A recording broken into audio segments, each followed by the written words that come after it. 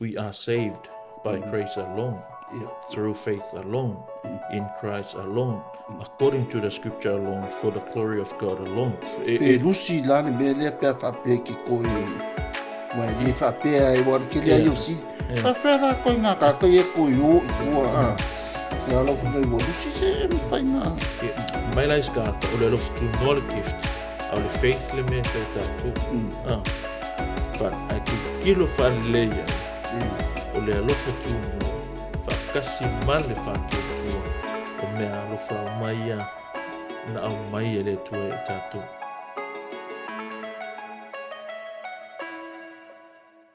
fa talo fa tu il tino ke risone nei fiafi fa malo le so fu manuia malo fu le lang ya mama ya fa stai le tua dona lo fa o fa yo na ta ina mai le tato so fu tato au dia mai le nei fiafi ya fa malo foi le suma basta Malo so fu basta. ya ole tatono le nei fiafi o la tato anga ia tu lo le mata upu na fa Talanoa ina fo le nei fiafi o le wana o le Alofa Tunoa e Faaolaina e ala i le whatutua. E tele ni awa onga, basta, tele ni awa onga fo i ua, wama ai ma mai tau nai, fo ringa mai, e iai le sao, po o se mea e whai re tangata. E so soani pe i le whaolatanga lea. O le ala whanau mai fo iai le toi na maune e manatu lea e mawhai o na leilo ai, pe maamulu ai, ia, pe lusi ai fo i whaolatanga, o na o le wha pe i ele whasosoani, pe iai le vaenga le tangata i le whaolatanga.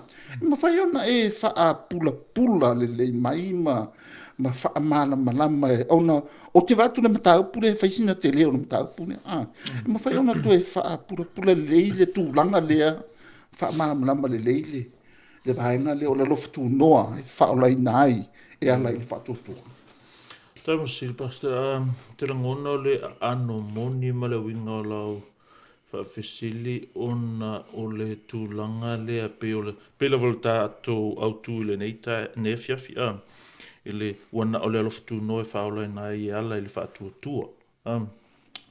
O le winga la o la ofisili ona e iaisia o onga mai eisi manatu fōlinga mai e iai le sao o tangata i luna whaolatanga. O le winga la o ofisili. Ia, sao le idea. Ia, ona o le tala lava ia le tuspa ia wana o le atua e whaialo tātou whaolatanga. Wana o le atua ona o le Alofa Tunoa o le atua Faaolaina ai tātou e ala i le whaatuatua. O kala ia le tuspa ia o le whaolotanga o le mea whaito o tasia le atua. Lono inga la fōlinga mai e matua le ai lea i lava sesi lava ala e Faaolaina ai. E au noa ma le Alofa Tunoa e ala i le whaatuatua. Pela wa ona manino ai le mata upo wha au tu i aile tātala noanga le nea fiafi i le Efeso na e lua. Lona whai upo e iwa, amine e walu, ia ma le iwa, o lo Talanoa ma mawha i le tūlanga lava lea. O le sili pasta i le mea. O le Faaolaina lea mai lea. O le mea fo i na tātou fioti. E tu sai mani. Well, e tusa markara kuspa ia o le tūlanga ngā le iai, pēa whapea i le mtatu pulawa le lua. Whapea mawhai e tātona wa aile whaipumuamuana whai makala polo o outou fo i lava o e na oti i a mio le anga maanga sala. Awa aile iai, pēra wano u whai atu o le mele tau tuli loa ina i e tā ua ona o le whaolatanga o le mea whaito o tasia le tua. Pēla wa ona la vela ofisili e le ise sao o le tangata luna whaolatanga. O mea umana whai le tua. Il salamo na e ono sifuruma le lua luna whai upu mua. Ngai le tala wha apea al whai salamo e moni lava e whaalolongo lo uanganga i luma o le tua mai a te ia lo u whaolatanga. Whai tawina wha Britannia, for me truly my soul finds rest in God. my salvation comes from him. O le winga la le nā whamatalanga, i le whaotanga le tati Talanoa, o le mea whaito atasi le tua, i on saule ala fusili, Faaolaina mai lea. Lo inga aka lo Faaolaina lo na winga, na oti. A le mea ngā lewa ai e tue ia, i tātou i e tusa malakala, pono mai o outou foi, lava o e na oti ia mio le anga maanga sala. E mana tua la, o le tusi le tusi e Paulo i kerisiano, i e ua Faaolaina. La Talanoa Paulo i tangata ua umona Faaolaina, kusa o se whaamana tunga. Tangata ia ua umona talia Yesu. Tangata ia ua talitonu ia Yesu. O e ua ta ua kerisiano. Kusa la ai ngā i le whai pumua mua, ngā i le whai upu e tolu, pe o se whaamana tunga e Paulo, le tu ai ngā o langa sa hola ai. Ma le whamamawharawa le whimena o tā ua e tuli. O Faaolaina i tātou le Alofa Tunoa. Pei lava ona māsani ona o ina i tātou i le lafunga na Whaperetania mai, we are saved by grace alone, through faith alone, in Christ alone, according to the scripture alone, for the glory of God alone. So o le vaenga mua la lafunga ngā le tate vava aia iwa mai, for we are saved by grace. Lono winga, o le grace le Talanoa i o le Alofa Tunoa le atua. O le mea ngā whea tu i tā ua o le whaarotanga, o le mea whaito atasi le atua. Awa aile e tu se malau sili lea Faaolaina mai le ia a whawhengo fiestala, alanga maa o mia le Faaolaina o langa fioti tātou. E kusa e lama kā kuspefa mai, o tau fo i lava o e na oti i a mio leanga maa nga sala. Saule le whaipulonga lua mai, na o tau sava vali aia na mua. I le whaipunga mua o le tolu o mea ngā ngai e nai tā ua tātou, whaamanatu e Paulo i lau kerisiano i o le tūlanga fuile sa i tātou ai le i Faaolaina. O lea, na oti le ami o leanga, oti le anga sala, na sava vali le ami o leanga, ma le anga sala na mua, le inga ngā kala tu ai ngā o langa le ngako ola, na ola i le ami o leanga, ola i le anga sala. Le ima se mea e fōlinga mai ai, na fia le atua o le tātou o langa.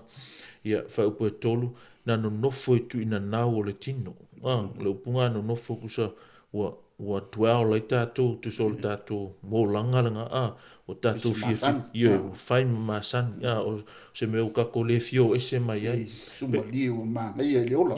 Langa fui o le aunganga tu spa ia, kusa le nātua leanga na o tātou, e fia le angsala. E le sisi alu le aunga o meisanga angsala. Na kalkus pa ia, na whanau i tātou o le angsala, i le angsala, natural lava la tātou angsala, le anga na tātou whanau mai o tamal tō sā pe o kala le i whai upule, la o tuel tawhai tau, mai nano nofo i tu ina nau o le mawhau whau, e le ngata i tu ina nau o le tino, a tu ina nau o le mawhau whau, a mea manga o le tino, mea ngaka ko whai, mea na nau i ele loto, o mea ngang tātou whai. O le whai upu e tolu whai mai, na whanau mai o le whanaunga a le tō sā. Lo nga whangau mai tātou, e te tau ia tātou le tau, tau ia tātou se oli pia whaavave me whaafengo whise kala. Ai le tupu ai loa la le mea lea, vai e whai upu e wha, te whaava ai o mea nā na whai ai le tua.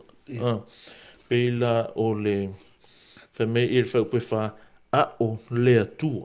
O le Whaperetania, but God. O ngā ngai kalangoa ai i le whaafea ngai. Kusa o mea i tātou whaia, marikasi le kolu. Tā mua, o le whai mua, o le whai upu e tolu. O le whai upu e whaava mai, o lea tua. O mea la, le whai upu ngai whaalo whamatala, e ngā tua, e lea tua, whai o lea tua, e whaula i lo nā lofa. Ua iai, le whaula i o lea lofa. Mea ngā ngai lea tua. Lua mai, ua tele lo nā lofa. O le atua lofa mai i tātou. No inga ua whai tātou ma taunu unga o le alofa o le atua. Le grace la ngā o le atua. O inga le whanau e le ngō le ministry a tātou. O whai tātou ma taunu unga o le alofa o le atua. O e ua alofa Tunoa ina le atua. Le grace recipients. So kerisiano lava la. O whai tātou ma taunu unga, o whai tātou ma e alofa Tunoa ina. In other words, we are recipients of God's grace. il faaolatanga la le o si mea ngā lia li nā mea whaia le atua mai ua whaaola mai ia i tātou whaatasi ma keriso le whai upu e lima o le isi mea ngā e whaatutu whaatasi mai tātou ma keriso o whanano whaatasi tātou ma keriso i mea o le langi o whaia i tātou ia keriso Iesu whai upu sifulunga ia man whai mai o saunia e ia ngā luenga le lei mo i tātou e whai upu la ngā e whale a mata mai le whai mai a o le atua but God se koe ngā mea whunga pe se whaupunga pe se ele leia skoi inga a o le lo makua kusa like e a mai se manatu a mai malo na whawhia ngai pe a koe se e maa losi a leo blacks a o le wallabies sili a turona maa losi koe ngā mea pe ngā kusa e a mai se mea like a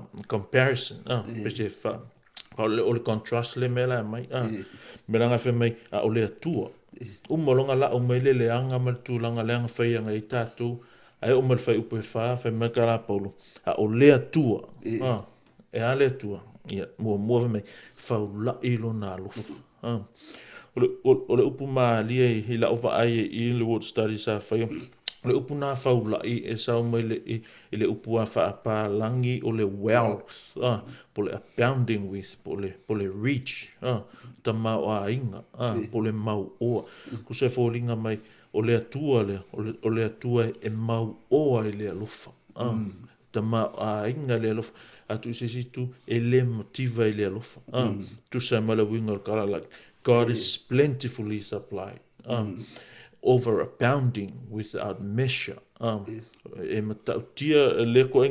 It's very rich, wealthy in regard to his mercy. Il kuspa ia sa moa e tele na whaaliliu ia le upule a mercy o le alofa muti vale. I le passage leva a ita ua prasta. Ua o le alofa, but asaulo le mercy, we're talking about le alofa nga o le atua, le alofa muti vale o le atua. Yeah, ava ai il fa upula vale e lua ia upunga lo fa luina ile alofa e paulo ile mata il fa upula vale o le upunga e kasi al fa sa mo le o le alofa ale upunga mo ka o le alofa le fa sa mo le fa pa langi ta to le mercy le upunga ele rosa o le alofa muti vale o le tua le telena o ina ta to le alofa muti vale o le tua ua whaia po ua aveina le atua se me te tau ia i tātou. Like, talking about the mercy of God, like he took what we deserve. Not like the grace of God. Ka ule le alofa Tunoa po le grace o le atua. He gave us something that we do not deserve. But we're talking about the mercy of God.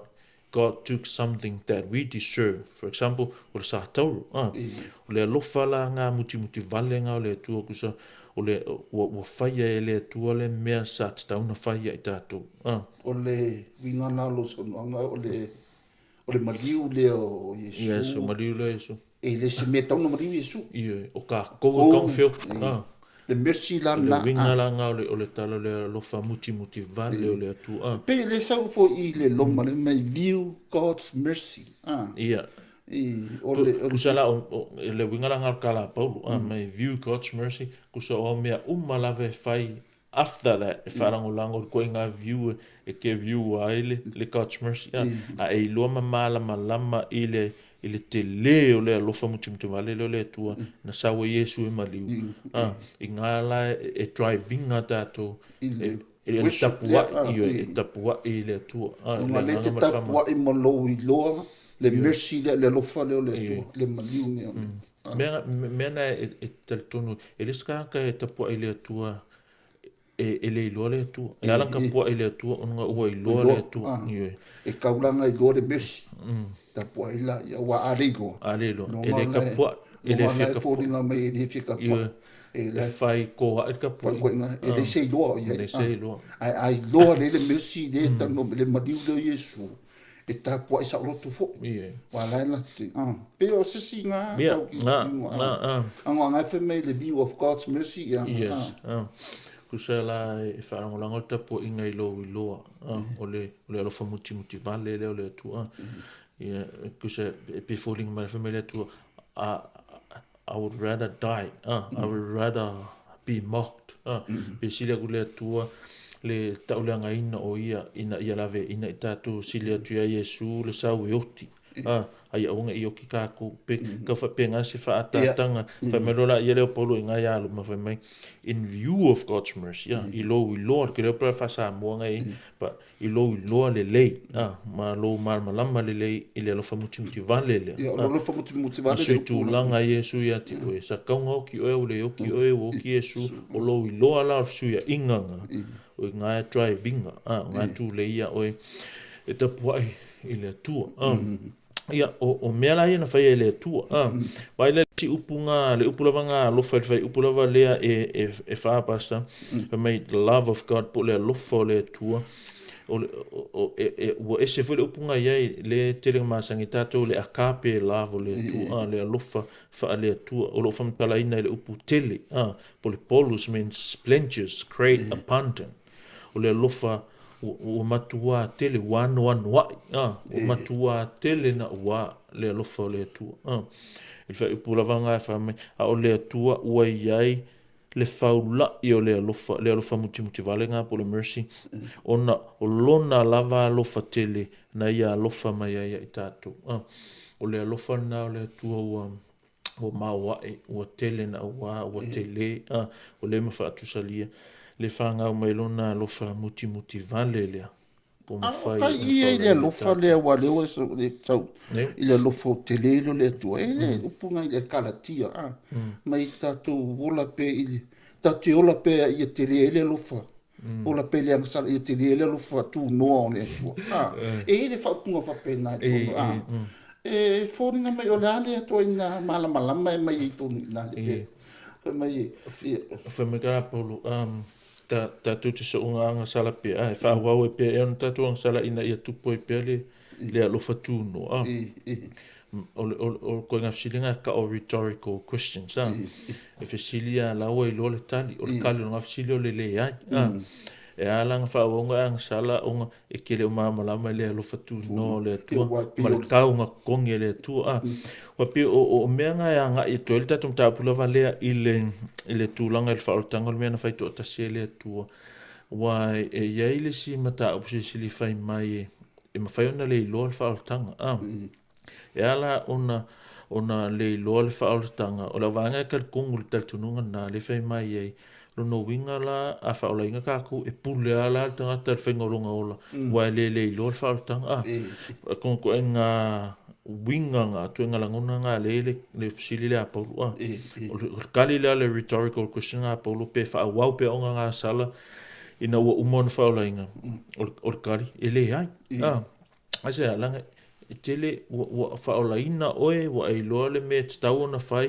e te ola fo i mal mea tau ona whai o le si mea ua fiole ngang pa ia i tonu ia i tātou e le musumusuina o e le ngang pa ia e ke ola pele ang sala ia tele ia le alofa Tunoa. I kele pele alofa Tunoa. E oa pe o le mea ngā le kau whaelesi o pe ia ngai alofa kungua le i ang sala. Ai esta si e ola whapenga, ai pastor whailonga manino lavanga e le i Faaolaina. E le i Faaolaina, o le saole. I whailonga mangingo lavanga e le i Faaolaina le olanga. Ia, e whaupuna e lima pastor. Ia. E le whaupuna whapea. A oti lava i tātou i a mio leanga.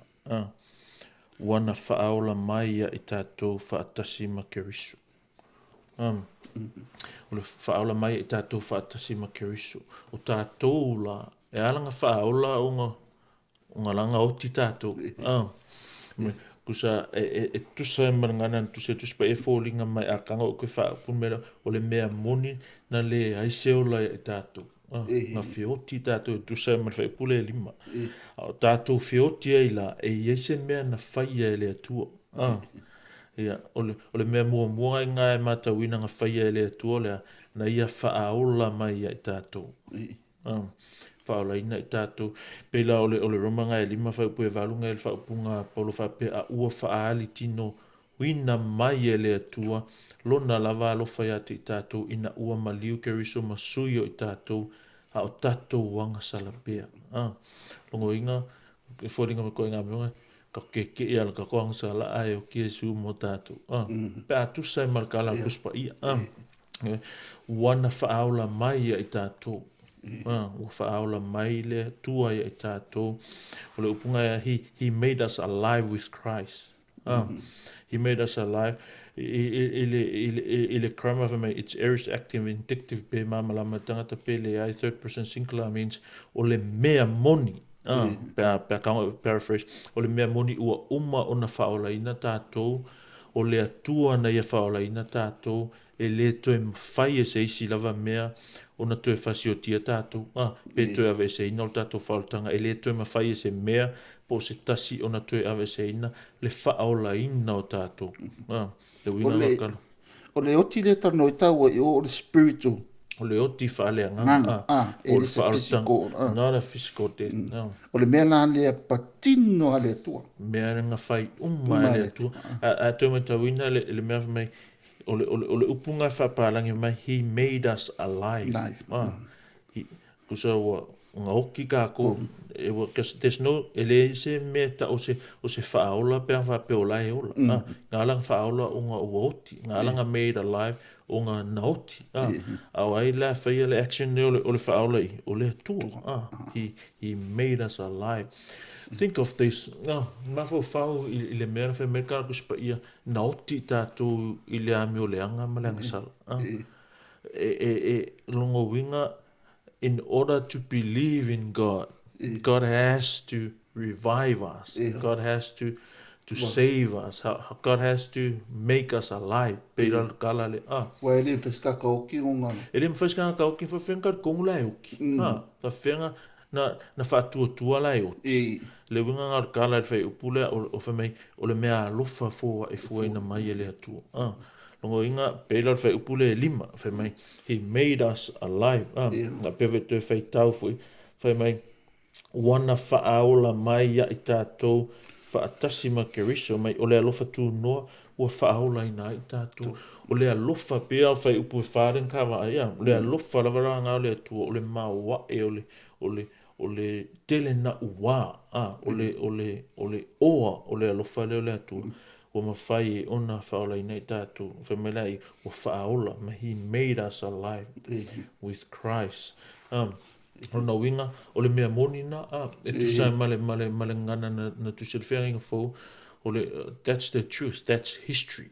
o le mea moni lava na tupu ua whaolaina i tātou man kua i le context o i o le kusi paulo i tangata Kirisiano kusala a tu sai male ngana whameka paulo wa umma ona faolaina i tātou e le mawhai e sisi mea ona tasuia i le ngana e le ni lewa ia when something is in that tense i le taimi ngā taimi tua na i pia whawhai ngofia whasa mo o le taimi i le ngana e le ni o mea ka o le aorist i le case o le indicative mood longo inga o se mea moni lewa tupu e le mawhai se mea kako whai e temi nei ona toi sui pe ke maalosi pe ke vai po os Kirisiano maros po Kirisiano vai ele suia ele meu uman fai ele tu ole he made us alive atu fa faingo fi o faula ina ita to Lucila ne asa na ngole tu na fai pe o me ngale kau kuloa iwe pe Lucila le me le pe fa pe ki ko wa le fa pe ai wa ke le yo si pa fera ko nga ka ko ye ko yo ikua la lo fu mai wolu si se fainga a inga le menga e to si le mal fai punga le roma valu tolu lima ngai ia tala por fapia o ai se na te fa ate se ina mai tato ile lofo geriso o mai o ai se lesis o a unga ia no one lesis sa lo lai mal se o le pua nga ea po le atu vale po le sawa po o le onge, po o le lava, po o le pangatia, po o le pelu. Leima se mea ngā mea. Pero o paulo langa masangi, koe ngā fsili e le ta ulang ilo ilonga nganga o historical questions o fesili ma le loa le tali ma le whaamoe e whaamausali pe whaamautu pe whaamamawhai se manatu o fia whailoa mai kusa la o kale o ngafsili e le se mea ele mwhai le pupua ngā ele mwhai le atua tu vale ele mwhai le saua o ngā whaatea tātou ma le alofo ke riso talking about le whaatanga ile tau ele ile il fai pula vale e onu ma pe e tele vanga o tuspa io Talanoa e lango ele mata pula Talanoa basta onga ole va o ia ole mele ole si mausolo mai there's a time ele kai mi ka ke a pe o I level mata pula te fa ai ia Efeso il faatanga I mea na faia ele tua pe la wana ona toe whaatutu whaatasi mai fo o whaano nofo whaatasi tātou ma keriso Yesu I mea o le langi whai upule e onu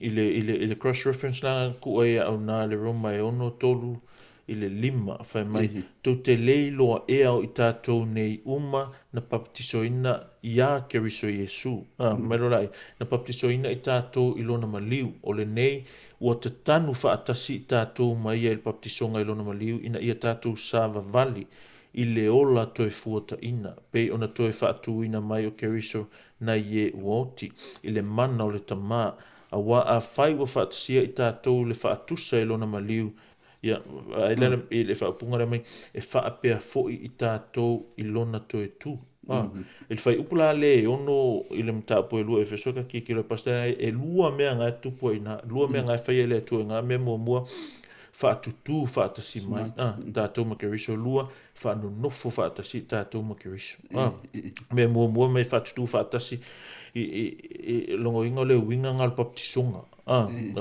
baptiso ka ko mantua foi a fai baptisonga o meu tātou lua ele Faaolaina se baptisonga langa pe ole au tunga le tamta pule fai wanga ole wana ole fatutu wana ole Alofa Tunoa Faaolaina ia ala ile fatutu longo winga ele mafai kisonga ele mafai foi ele faamanatunga ele mafai ngaluenga le maso se mera tatu te fai ona Faaolaina I tatu wana ole Alofa Tunoa lava onga la ole winga la ngal kalofa tu faatasi tatu ile baptisonga na le baptiso I kako ole fai longa ua tanu mia tātou whaatasi makeriso ile alu le vai koe sau lunga ile alu le vai o tanu mia whaatasi tātou makeriso woti whaatasi tātou makeriso le koe sau lunga ua whaatutu wina whaatasi tātou makeriso ile tātou tu whaatasi mai makeriso ile papkisonga le lono inga ole ua na o se whaatatanga ua na o se whailunga e o se tātala tu atu lai titi le loloto I suenga ma tala anga ole mea le whamta au sili lava ia e tu sa ma le mea tauna iai so o upu umai e lua o lo whaonga ina ia ole o kaukala I le vaenga ngana I se mea moni na tupu le temitua nai e le mawhai ona toi swinga longa inga olona winga o lo Talanoa I se mea ua ona tupu le temitua nai ai o loo whaeloa mai ai I o le matua mauti noa paulo o le nonofo whaatasi o le kerisiano ma keriso o se mea le mawhai ona le tupu le inga o le kala it's peon mele whakso o iau it's a future history it doesn't make sense I tatu ma whauma whapalangi it's something when we talk about history o lo Talanoa tatu le tua nai al nganga kusai kuspa ia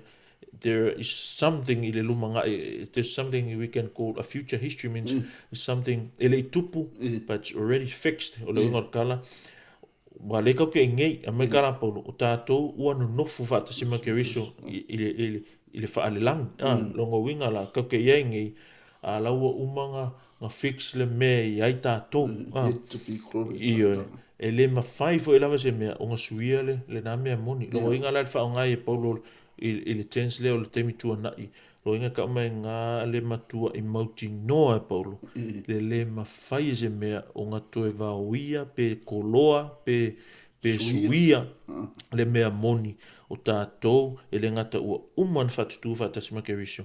Ai ole a whaano nofo fo e whatasima ke riso. I le langi lea. O se mea ua uma o na tupu le luma nai. Pe a koe whaingofia. It sounds funny, but that's how it means. E tusa ai malangana tusi ai le whengen fo. Ai te lele whamamanga ko le tūna.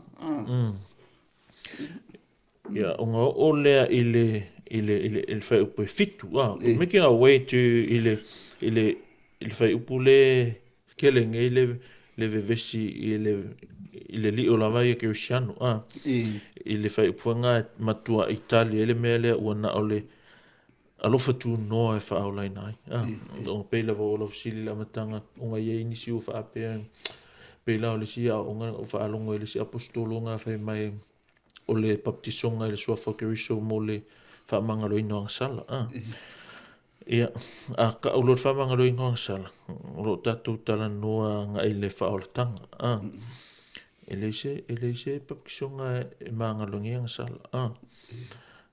E arang papakiso kākou ona ua maangaloa tātou angsala.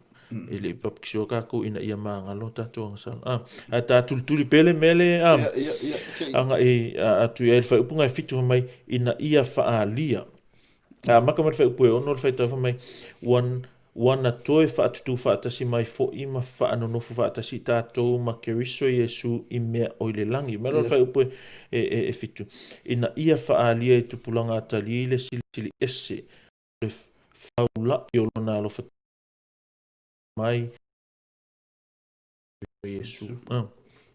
Maka whai upunga e fitu i le upunga ina ia. O lo talanoa le mafua anga na alai ona whai ele atua mea umalawa iana na ia whai a le tā ua le whai upu e whase o le whai upu e omu. Ngā langa wha aola ina i tātou, ngā langa made alive tātou, ngā langa wha tutu tātou, ma wha anonofo tātou.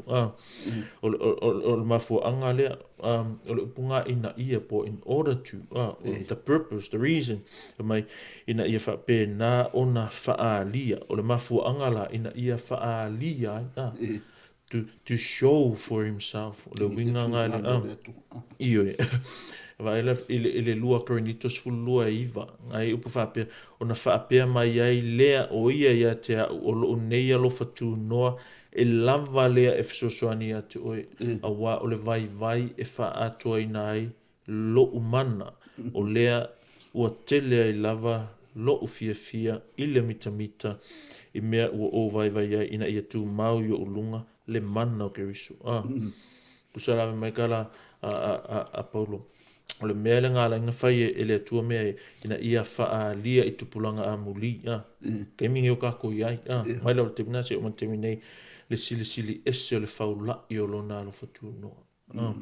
O le upua mai to show i le whaapretani. E alanga kanga o whaupupo le upunga for himself. I ngā ngana whapretani e male ngana tu se tuspa ia e mea ngā ta o voices, middle voices. O le keimi lale i o le Aristanes longo inga o le mea na tupu te mitua nai. When I say middle voices, o leo lo whaia le mea lea, le to show lea, o lea tua. Lo inga, when I say to show for himself, o le fina ngalo lea tua, o le mea le lei lea mo ia, o le mea le fia i lea tua, o le folinga mai, se folinga mai pe a whaatangata ma fo pese kua mimika. Pese tua e mana o iloa. Ana mena whai. Iyo, ia iloa ana mena whai. Se mga ole tua ia iloa e tupulanga amuli. Le sili e sema le whaula i leo lona Alofa Tunoa. O lo ingala o le tiutele o tātou ia so nei. O le hola i leo langa. E iloa e le laulangi, le alofa, le sili e sema le whaula, i leo le alofa o le atua. Pasta ke whima ngā ai, i le upunga sili ese, upunga sili ese, e sauma upu e lengi e lua, o le upa palo, o le upunga upa whaaperitani, e son whamtalaina o se mea whaapea, it's more than the mark, it's beyond. Ale upunga palo ngai lua upa palo means to throw. lo inga ku sisi like you throw beyond exceeding excel or go way beyond the norm, way beyond the mark. O le ko nga famkalanga nga famkala le sili esse o le alofa o le tuolongo inga ele aya sisi alofa pe o le alofa ko nga me se me nga kai le se me nga na waku wa ele se limit pasi mai alofa uma ala alu ale alofa le tu pe kai fo nga ka mo le alofa ka le rangi ko fo i mai e wa isi ko nga famkalanga pe va ele upule fil ko inga va ya fe mai sili esse e lua sili ale uma ko sa uma le esse ma ko ai esse la ka mai o to ina sa la ko mai sili esse o le fa le esse le ko ku e ma le esse la o sili a ko tulanga esse winga esse mana o le alofa la le o le alofa le mana o le tua ia i loa tupulanga amuli o le si mea nga fa mai o le ia silsili esse o le faulai ko sa vole le upula vale faulai ali o le fa it means wealth or richness or abundance nga fa nga o le tua ia matua i loa le silsili esse le o le faulai o lona alofa o le alofa tunoa le tua e faatusaina o se alofa mauai le lon e tamao ainga matua sili atu na lo se isi lava alofa o ingana ina mal fa moenga ina ia faalia o le fina ngalo la le tua ia i loa tupulanga amuli le tele na ua le sili esse le matautia le mafaatusaina le mauae le uinga esse le aupanga o le tamau ainga o lona alofa tunoa le kioa lava le alofa tunoa le kioa mai for it is by grace alone wana o le alofa tunoa e Faaolaina e maua lunga e maua lalo e lautele le alofa tunoa le atua God so love alalangi le ke le alofa le atua mai a wao le alofa tunoa ua Faaolaina ai o tou ile faatuatua o peila o issues la ia ane pasang fa wau fo i lava ia lau sa i le mta sili ia le me ia onga wa valuina tangata le alu ese le alofa tunoa ma le faatuatua ai fai tau le pe fa umala fai tau fai upu fai punga valu a wau le alofa tunoa ua Faaolaina ai o to i le faatuatua fa melo la ia le ele mai ate o to fo i lea a o le mea ua foa ina mai le tua it's a gift mai la iskaka o le alofa tunoa le gift a o le faith le mea fai tatou but a ki kilo faalelei ai o le alofa tunoa faakasi ma le faatuatua o mea alofa umaia na au mai le tua e tatou even our faith, even our ability to trust, to believe it's God's gift o ngai ngalo ya o ele mele am kanga mai na o ti tatou afa fenga e fa ko kua ngai ke oki so he made us alive he gave us the faith to put our trust ile tu ia tatou tali tonu ai ile alofa tunoa le o le alofa tunoa fa fele fenga lupu mai for it is by grace le alofa tunoa iyo ua Faaolaina ai o tō i le faatuatua ele o fai mai se faatuatua o sa tangata o la fai mai i le faatuatua lo ngai fōringa mai o mea umai ale atua mea umai ale atua o faku ale pasta ala mali a langa foi o foi te ke i le ina o na o loa inga ese la vale mea nga la kakia o ngal tuspai ese foi ni mea o manatu ni stangata pe la le mea wa famule fengol kala a polo foi mai foi punga va foi mai a o le mea o mai ele o se ele mai ate o to foi le a o le mea o fo ina mai ele tua lo inga o le mea lo fa sa foi po iwe mai ele ona o ngaluenga ina ne imita se tas lo no winga o le alofa Tunoa, o le mea alofa, o le whātuatua, o le mea alofa. E ngā luenga lo le whātuatua, le ngorkala, o le mea loa mai a tātou le whātuatua, o long kaunga unga lea, o lea, le pole e paulo, o le mimika, o le mita mita, lo inga la, o le mea alofa, mea umalavaia, ngā whai e lea tua, ngā mai e lea tua mo i tātou, paula kako pā lea lea i, o le talia, ia, a toe ka ai la le maila matanga si o maltemina i tātal noanga. O le whaoltanga, o le mea na whai to ta se lea tua. So ka kou o le taunu unga. Ka kou aing ka kia o langa oti. Ai whaola tātou e lea tua. Wa whaola le mawhai ei o na whatotua. Ie, whaola lea. Se whakokua oki mai. Ie, Pe o kausa o ngā ngāro son. E resi ka kua lai oki ala whakokua mai. Ia whatutua lai oki. Se do ngai ola, kua mā, runga la. Ie, se o ngai ola whatutua. E foi le e whatusanga le dea whiawhi bau foi. E sa o lei wā refa me u whatutu mai runga sa o ti whale nganga. Ie. Runga la whai o te le mwhainga. No whatutua. O e le o ieise me se i runga ia. Na o Yesu na le pore tu e Faaolaina. Faaolaina. Ia, kua. Nei, ai foi le. Ele ina le imita stasia. No room for posting. Ia. No room for posting. Le ma se vango e whaapea el tangata. Oa. Ia. Whaapea o ngai a lea e kau au koe. Ia wai isa o ngawhai mai e. E iwa o lea tua ai kasi pasengi o tangata.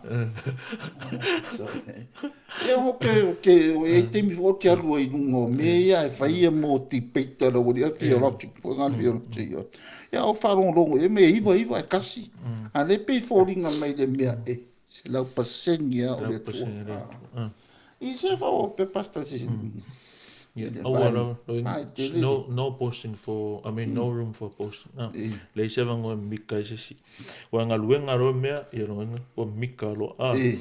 Roenga la afia mika se si, mai kara paulo mua karinito, kasi kol kasi ma, ina ia whaapea ona tūsia, o le mita, ia mita o ia i le ali. O le whaotanga ia, se laupasenge, o le atua, it's God's Ua kere lo poanga le la e poanga whilenga, le ngā uwa ai e le mea ara, le whai mai, i le whatuatua ola, ma le whatuatua. Anu mea, o le whatuatua ngā mai le atua, tātou te whatuatua tuai, ka kuwhi o lai. 100% God's. Mā lopas. I le... O ala lo Tunoa o Faaolaina i o te whatuatua. A se a tau ai le mana le lei o le tangata i le tūranga ne. Ia, i ngā, o le mea ngai tā ua i pe o whaimekara a Paulo i whai upunga e iwa. O le, e tele nisi mafuanga, alu mafuanga le kau koe la vai i ngā, o le whaimekara Paulo. Luenga ina le imita stasi. Luenga. Wa a whape o lo whatuatu, o kere o lo whatuatu o e Faaolaina. So hau whawhianga o latka o ngā mea. Longa inga ua ia i lo sau. E le... Ok, lo le telta to le... O le... Te e fo i pefsilingi ia lea, nea tūlanga. But, ia uia. A whaikau ako la ele o whakau i koe whaikau. Koe whaikau, ma koe whaikau. Isi mi whai mea. Ia whaamau ale mea lea o lae o tātou na whioki. Ie. Muna le tū whai o ti whaalea nganga. Ma o le tua lae sau Faaolaina tātou. Ia, o le talanoa i tāua i le analogy lea o tātou na whioki. Ia ai e fwoi le si whaakusare whai e su o whanau.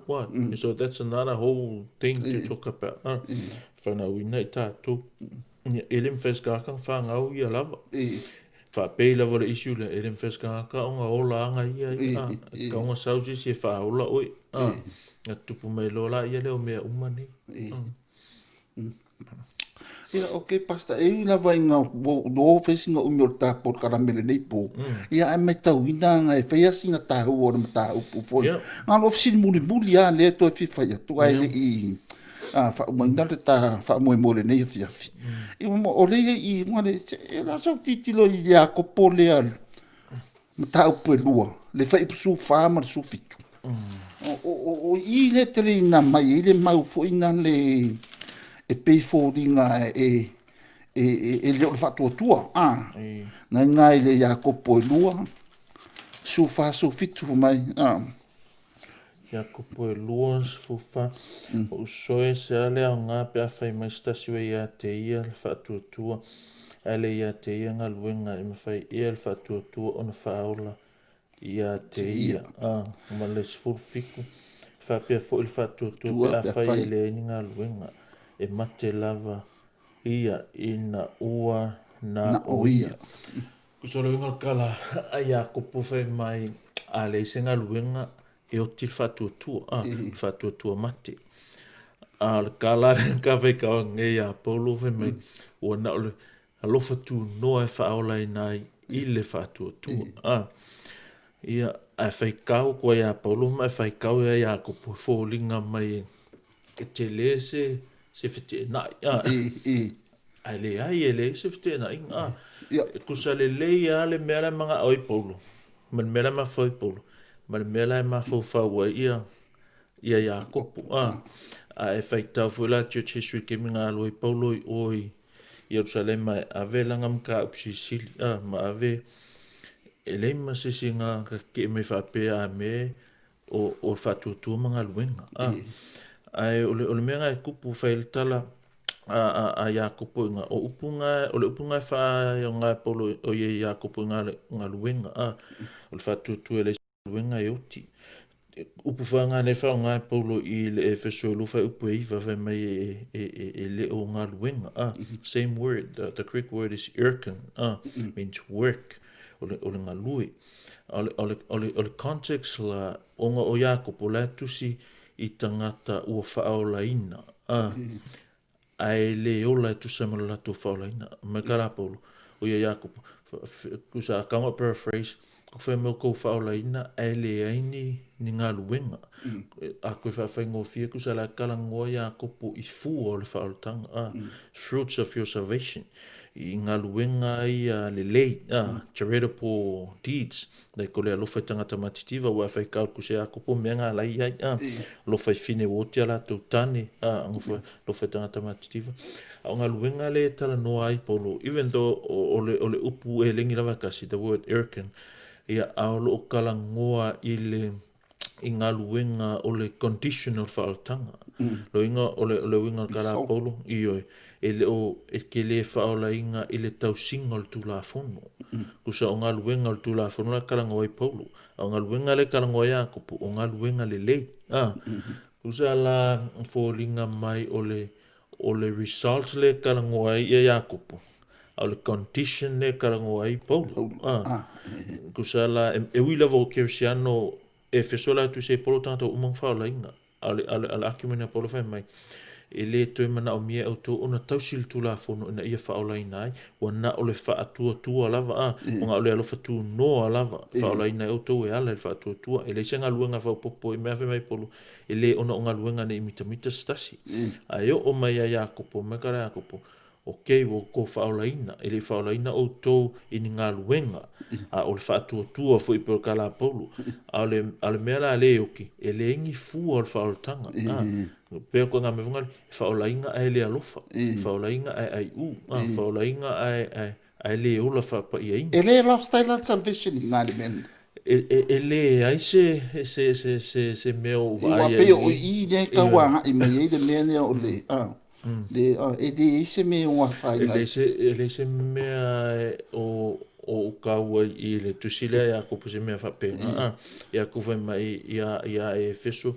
Ia ngā karangoa i Paulo i le anganga pa ia whai mai ua whaamau whailonga ina o tō le anganga pa ia. You are sealed with the Holy Spirit. Ia ta ulor whaamau whailonga ina ia pole seal. We talking about two things.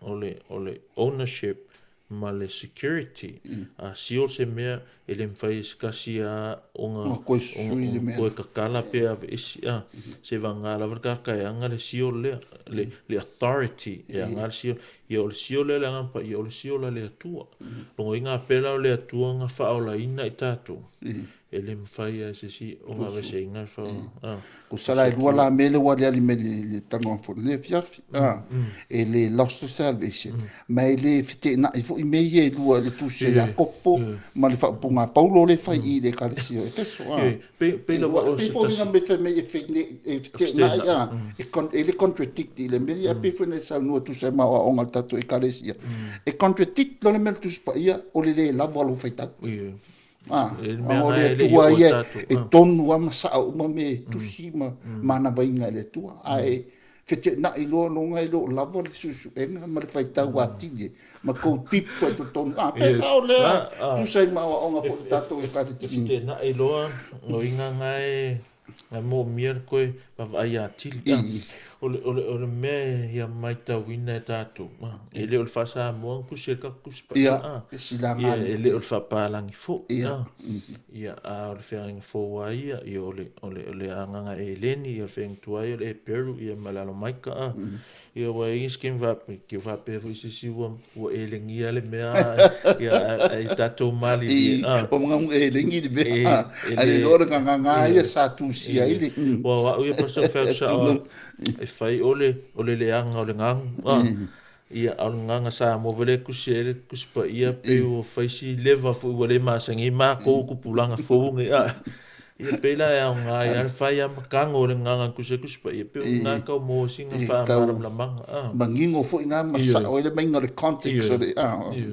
ole smalo pas ia pe to fai si fo talanga ia o telenga ole te na o la vale ai si o telenga o le si vai ia o te tato no sala ina umil tam ta pule ia fia na e sina ta o tele on ta pule ma o te tato no foi fa wa fo le vaso fo ai fa tang te langa tile te fa pula tile ia fa sta ia tu pasta le nia fiafi le fa mamla manga fo i o le fiong pa ia le tua ia o le puai e fa manuia le tua i la sunga tai ia fo ai pe le tua i la sunga le me alofa le poto ma le ata mai i Efeso Fonoti le sunga i le susuina vai ina ia a oina ia ma le fa mama ingo le fiong pa ia le tua ia fa manuia le tua tu sai ma le ngal due fa ia finga ngalo le tua tai ia ma o te